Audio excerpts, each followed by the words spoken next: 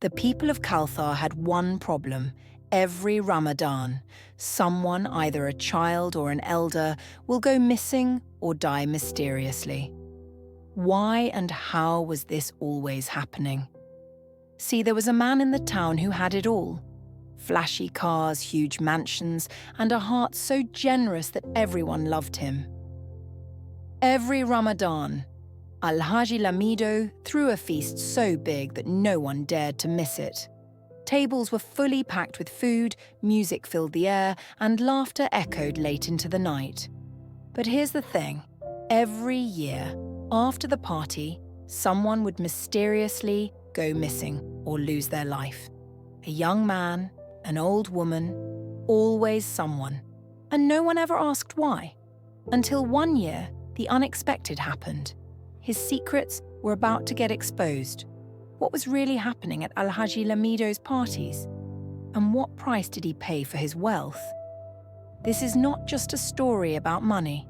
This is a story about darkness, secrets, and the terrifying cost of greed. Alhaji Lamido was a name that carried weight in the small town of Kalthar. To the people who knew him, or thought they did, he was a mystery wrapped in layers of generosity and philanthropy. He had lived in the neighborhood for as long as anyone could remember, but his sudden wealth and lavish lifestyle had caused whispers to spread in the streets. No one really knew where the money came from. His mansion, sitting on a hill that overlooked the town, was a symbol of untold prosperity. The gates were always open to anyone who wished to visit, yet it seemed no one ever saw the inside. The cars parked outside were what caught the eyes of passers-by, an array of sleek, expensive vehicles that practically screamed luxury. A black Rolls-Royce, a gleaming silver Ferrari, and a pearl-white Mercedes-Benz. It was as though Lamido had an endless supply of money, and with each new car, each new house, he only added to the mystery of where it all came from. But it wasn't just the cars or the mansions that earned him the town's admiration. It was the parties. Every Ramadan, Alhaji threw a party that no one could forget. The streets outside his mansion would be lined with tables piled high with food, jollof rice, fried chicken, pounded yam, and bowls of soup so rich they made your mouth water. There were crates of soft drinks, bottles of wine, and even imported juices. Music blared from giant speakers, and everyone from the youngest child to the oldest elder was invited. No one left hungry. In fact, Alhaji made sure there was always enough for people to take home. "Welcome, my people, eat, drink, and be merry," Lamido would say, his voice booming with joy as he greeted each guest with open arms. He always wore his finest robes, his smile wide and genuine. But there was something strange about those parties. After the feasts, strange things will always happen. The deaths were always sudden, always unexplained. Alhaji Lamido's wealth grew bigger and bigger. The people mourned, but they never connected the dots. After all, death was a part of life, wasn't it?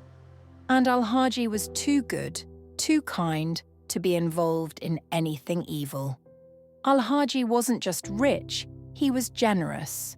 He built roads where there had been only dirt paths, making it easier for farmers to bring their goods to market.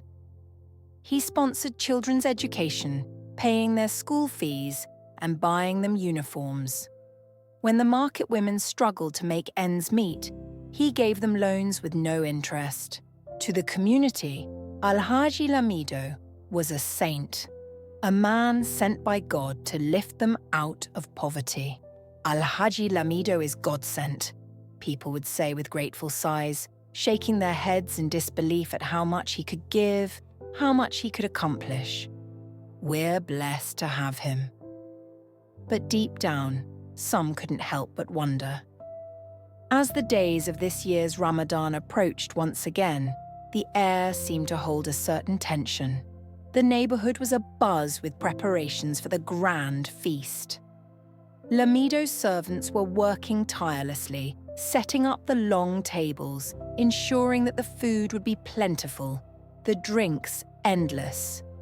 The streets were decorated with bright colors, banners hanging from trees and rooftops. The excitement was palpable, as always. Alhaji Lamido stood outside his mansion, overseeing the preparations. His thick beard was freshly trimmed, his robes flawless. A soft breeze rustled the leaves of the trees surrounding his estate, and Lamido exhaled slowly, a satisfied smile curling his lips. He didn't know it yet, but this year's party would be different. Something was coming, a reckoning that neither he nor the people of Kalthar could escape. The party, the feast, the community's blind loyalty. It would all come crashing down, and no one would be the same after that night. The food was set, the drinks were flowing, and the people were celebrating. Another year, another grand party. What could possibly go wrong? As the night deepened, the party began. The streets outside Alhaji's house were packed with people, their laughter and chatter filling the air. The tables groaned under the weight of the food, and the music was so loud it could be heard from miles away. Alhaji moved through the crowd, shaking hands and smiling warmly, but his eyes kept darting to the food, to the people eating and drinking. "Enjoy yourselves," he called out, his voice loud and cheerful. "There's plenty for everyone." The crowd cheered, raising their glasses in a toast, but as Alhaji turned away, his smile faded.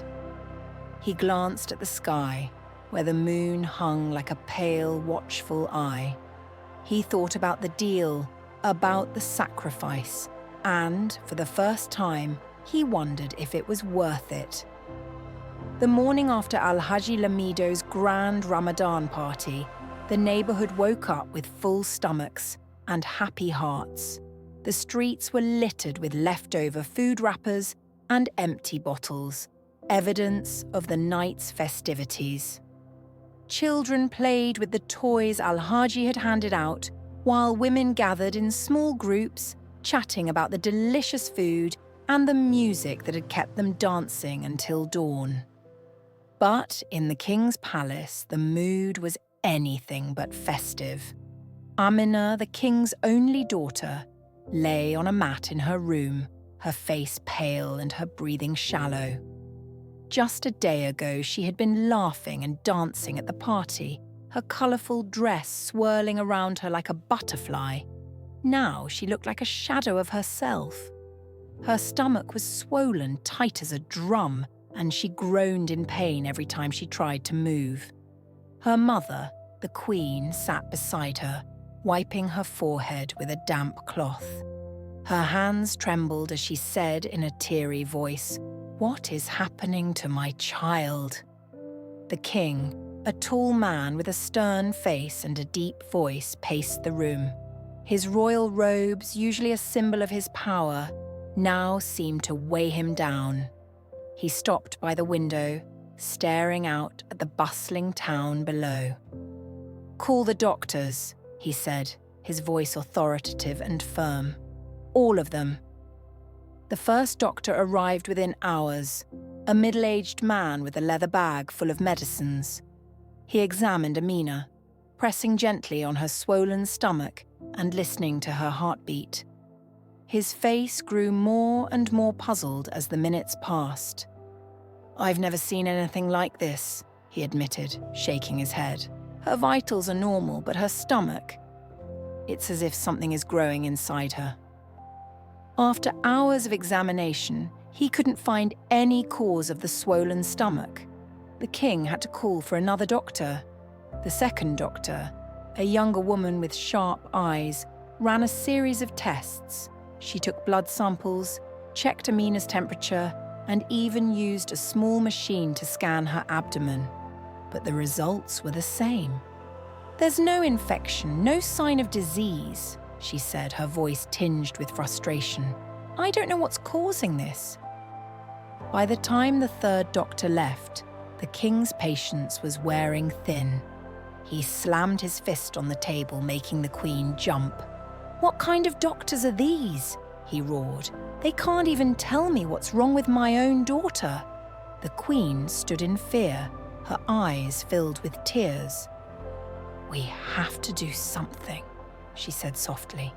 "We can't just sit here and watch her suffer." The king's next move was to call the village priest, an old man with a long white beard and eyes that seemed to see into another world. The priest arrived at the palace carrying a bag of herbs and a small wooden statue. He knelt beside Amina, chanting softly as he waved the statue over her body. After a few minutes, he stood up, his face grave. "This is no ordinary illness," he said, his voice trembling with age. "It is a curse. The gods are angry, and they demand a sacrifice." The king's eyes narrowed. "A sacrifice? What kind of sacrifice?" The priest hesitated, then said, "A goat, a chicken, and a white female ram. They must be offered to the gods tonight." The king didn't hesitate. "Do it," he ordered. "Whatever it takes to save my daughter." That night, the palace courtyard was filled with the sounds of chanting and the smell of burning herbs. The priest performed the ritual, offering the animals to the gods. The king and queen watched from a distance, their hearts heavy with hope and fear. But as the days passed, Amina's condition didn't improve. If anything, she seemed to grow weaker. One morning, the king's aunt, Mama Nkechi, arrived at the palace. She was a stout woman with a no-nonsense attitude and a deep faith in Christianity. When she saw Amina lying on the mat, her face twisted in pain, she let out a gasp. "What have you done to my niece?" she demanded, turning to the king. The king sighed, running a hand over his face. "We've tried everything. The doctors, the priest. Nothing works." Mama Nkechi folded her arms across her chest. "You've tried everything except the one thing that might actually help. Have you prayed? Have you asked God for help?" The king frowned. "What can your God do that the gods cannot?" Mama Nkechi's eyes softened. "Brother, I know you don't believe in my faith, but what do you have to lose? Let me call Pastor James. He's a man of God and he's done miracles before." The king hesitated. He had always been a man of tradition, relying on the ways of his ancestors. But as he looked at Amina, her face pale and her body trembling, he felt a pang of desperation. "Call him," he said finally. "But if this doesn't work..." Mama Nkechi didn't wait for him to finish. She was already pulling out her phone, dialing the pastor's number. Pastor James arrived that afternoon, a tall man with a calm presence and a Bible tucked under his arm. He knelt beside Amina, placing a hand on her forehead. He closed his eyes and prayed silently for a few moments. When he opened them, he looked at the king and said, "This is not just a curse. It's a spiritual attack, but with faith, we can break it." The king raised an eyebrow and shouted in a firm voice, "Spiritual attack? How do we break it?" "We must fast and pray for 7 days," the pastor said. "Before or by the 7th day, I believe God will perform a miracle." The king's first instinct was to scoff. Fasting and prayer? What if she gives up the ghost before 7 days? How could that help where medicine and sacrifices had failed? But then he looked at Amina, her small body racked with pain, and he felt a lump form in his throat. "Do it," he said, his voice calm and firm. "We'll do whatever it takes." As the fasting and prayer began, the palace grew quiet. The king, though skeptical, joined in, his heart heavy with worry.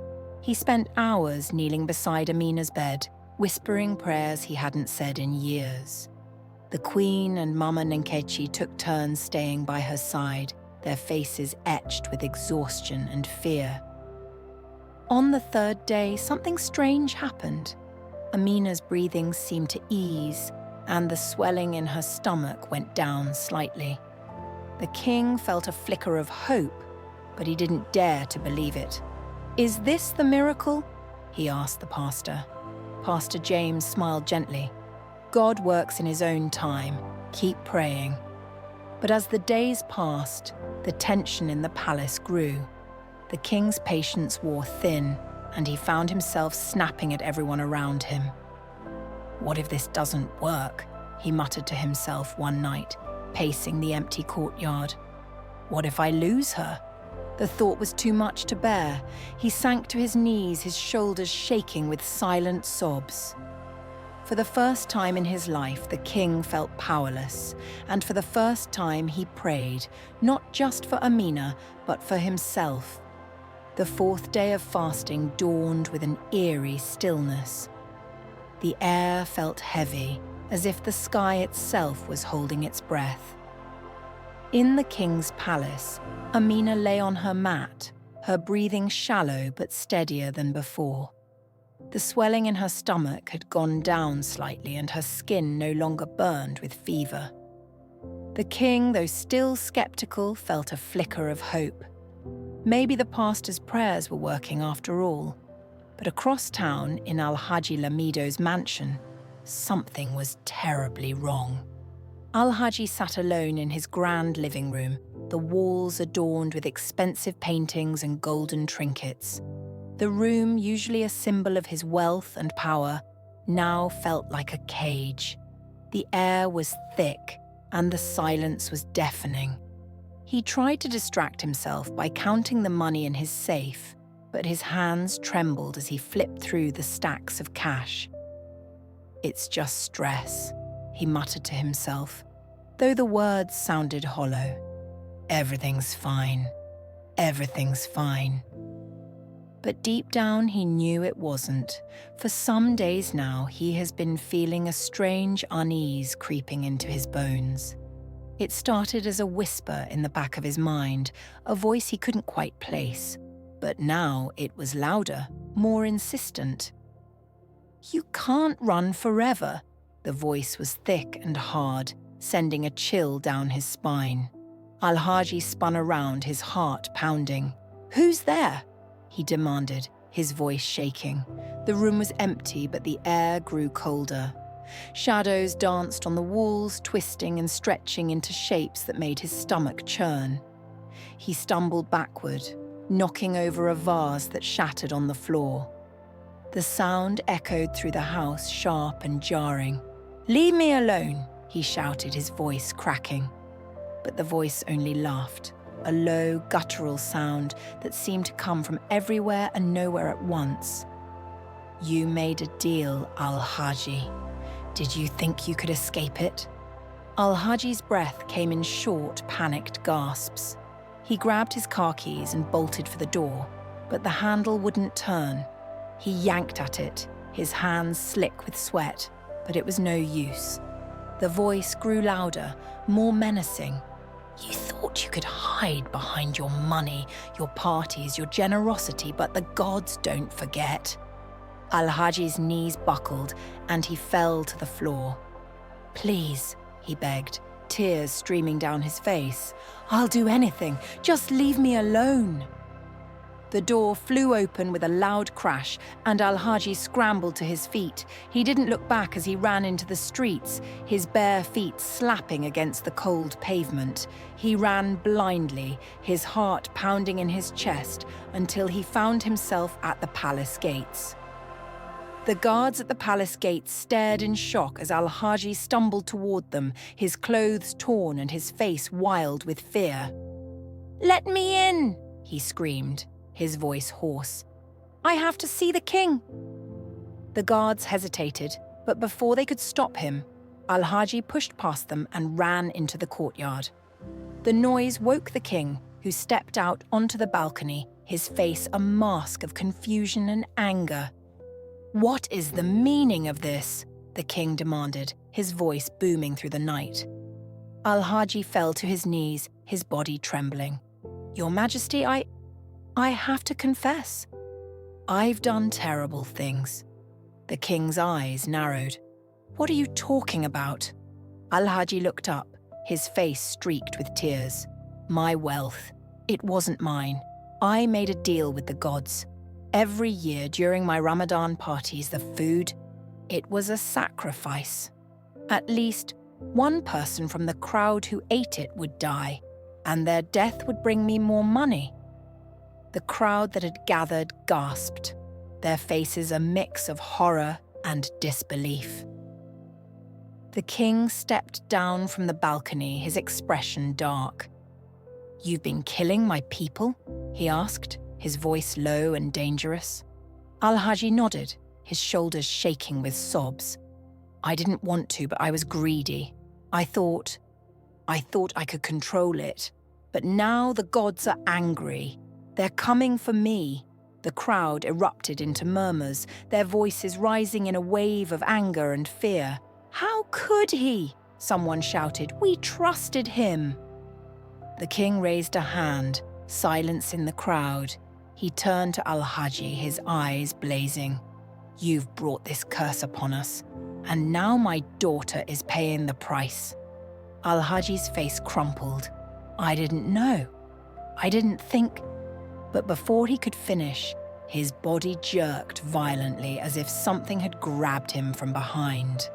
His eyes rolled back and he began to babble incoherently, his words a jumble of nonsense and screams. He tore at his clothes, his movements frantic and uncoordinated. The crowd watched in stunned silence as Alhaji, the man they had once admired, descended into madness. He ran through the streets, his laughter echoing like a haunting melody. People stepped aside, their faces a mix of pity and fear. By morning, Alhaji was gone. Some said he had run into the forest, still screaming and tearing at his clothes. Others claimed they saw him wandering the streets, a shadow of the man he once was. The neighborhood, though shaken, began to pick up the pieces. In the palace, Amina's condition continued to improve. The swelling in her stomach disappeared, and her color returned.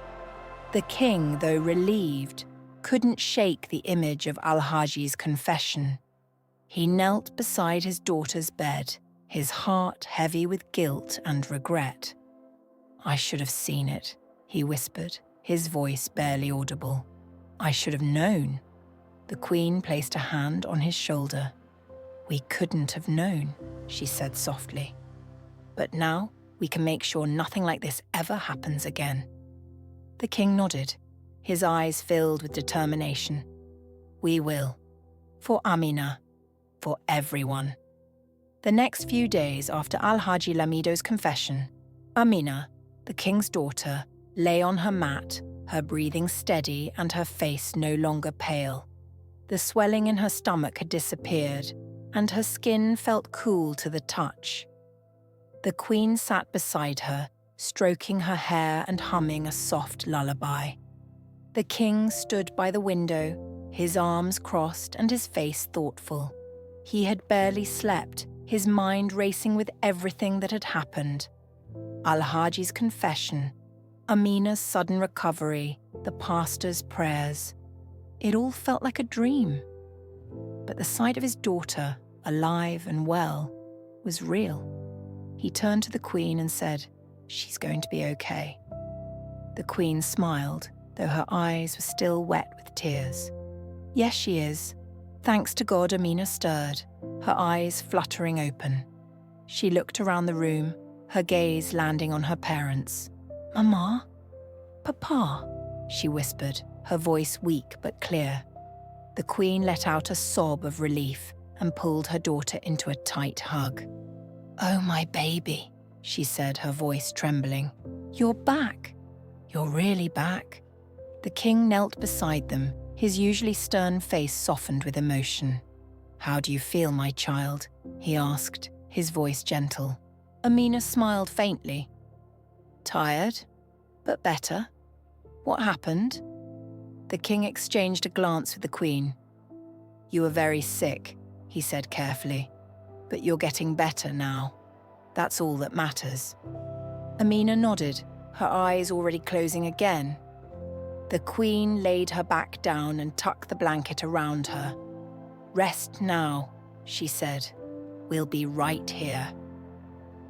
Down in the town, the streets were buzzing with activity. People gathered in small groups, their voices low but animated. The news of Alhaji's confession had spread like wildfire, and everyone had an opinion. I always knew there was something off about him, one woman said, shaking her head. All that money, all those parties. It was too good to be true. But he did so much for us, a man argued. He built roads, sent kids to school. How could he do something so evil? Greed, an elderly man said simply. It makes people do terrible things. The king stepped out of the palace and into the crowd. The people fell silent, their eyes turning to him. He raised a hand and said, My people, we have been through a great trial, but today we begin to heal. Alhaji Lamido's actions were his own, but we will not let his darkness define us. Together we will rebuild. The crowd murmured in agreement, their faces a mix of relief and determination. One man stepped forward and said, Your Majesty, what should we do with his mansion? It's a symbol of his greed. We can't let it stand. The king nodded. Tear it down. In its place, we will build a community centre, a place for learning, for gathering, for healing. The crowd erupted into cheers, their voices rising in a chorus of hope. Men and women grabbed tools and marched toward Alhaji's mansion, their steps filled with purpose. Later that day, the king summoned Pastor James to the palace. The pastor arrived, his Bible in his hands and a calm smile on his face. The king greeted him with a deep bow, a gesture of respect that surprised everyone present. Pastor, the king said, his voice sincere, you saved my daughter's life. I owe you a debt I can never repay. Pastor James shook his head. It wasn't me, Your Majesty, it was God. I was merely his instrument. The king nodded. Still, you have my gratitude and my support. I will ensure your church is completed. Consider it a gift from me and my people. Pastor James smiled warmly. Thank you, Your Majesty, but the greatest gift is seeing your daughter healthy and your people united. The king clasped the pastor's hand, his grip firm. You've given us more than you know. As the days passed, the neighborhood began to heal. The community center rose where Alhaji's mansion once stood, a symbol of hope and renewal. Children played in the streets, their laughter a reminder of the resilience of the human spirit. The king, once a man of tradition, now found himself attending church services, his heart open to new possibilities. One evening as the sun set over the town, the king stood on the palace balcony, his arm around Amina. She was fully recovered now, her cheeks rosy and her smile bright. Papa, she said, looking up at him, do you think Alhaji is sorry for what he did? The king sighed, his gaze distant. I don't know, my child, but his story is a lesson for all of us. Greed can destroy even the strongest of men. It's up to us to choose a different path, one of kindness, integrity, and love. Amina nodded, her young face serious. I'll always choose love, Papa. The king smiled and pulled her close. As will I, my child, as will I.